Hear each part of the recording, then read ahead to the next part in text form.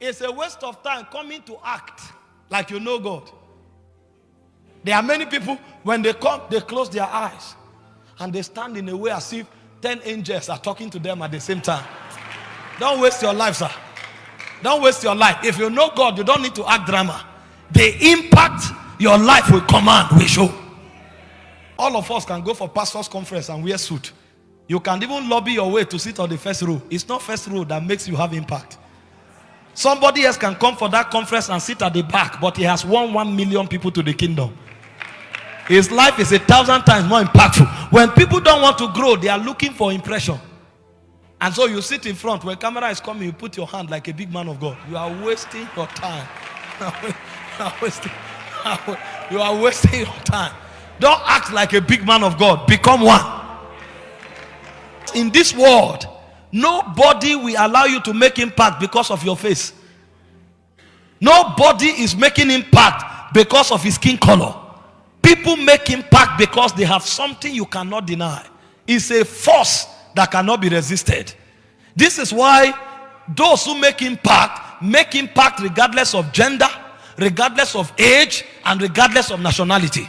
If there is a knowledge that if you have, you will start making impact. 10 people can be singing, only one will be impactful.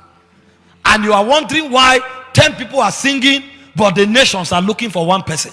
It's a knowledge. There's something about God that is oozing out of that person.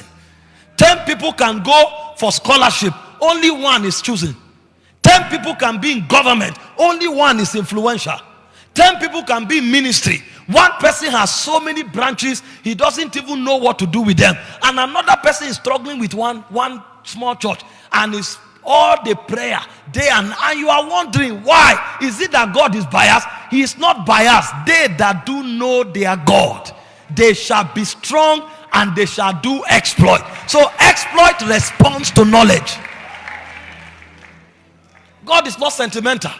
God is not biased. God is not a respecter of persons. So it goes to mean that if your life is not impactful, go and check what you know. If what you know changes, it will reveal by the impact you command. Imagine the thousands of persons that came out last night for prayer.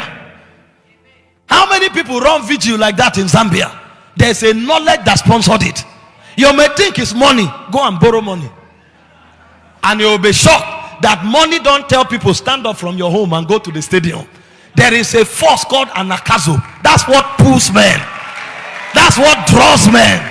And there's something you know for that force to be at work. So people sleep at home. When the time comes, that thing begins to itch them. They just go there. They don't know why. You didn't give them money to come. A force pulled them. There is a knowledge that sponsors that force. Everywhere you see impact, there's a knowledge.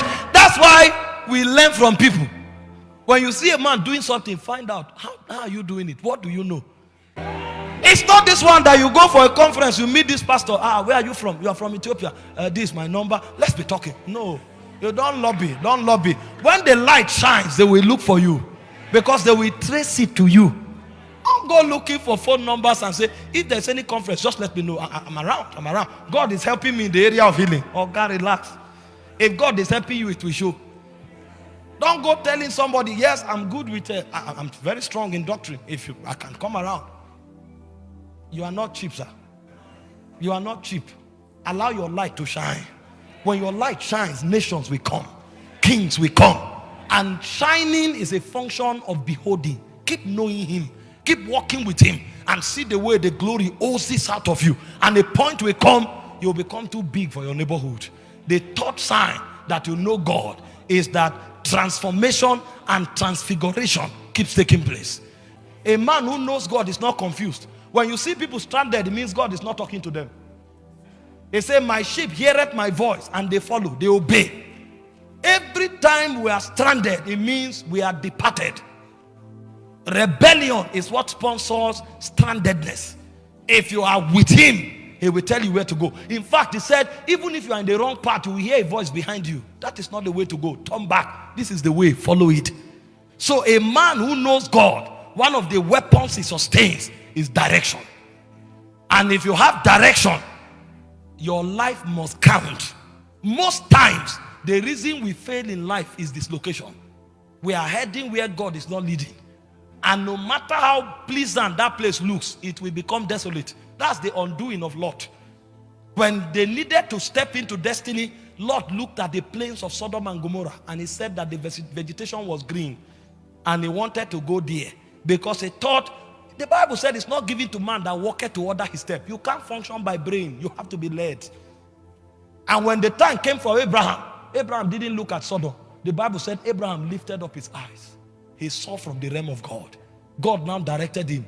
Turn north, turn south, turn east, turn west. Everything you've seen, I've given you. So anywhere Abraham go, he's blessed. Because now he's being led by the Spirit.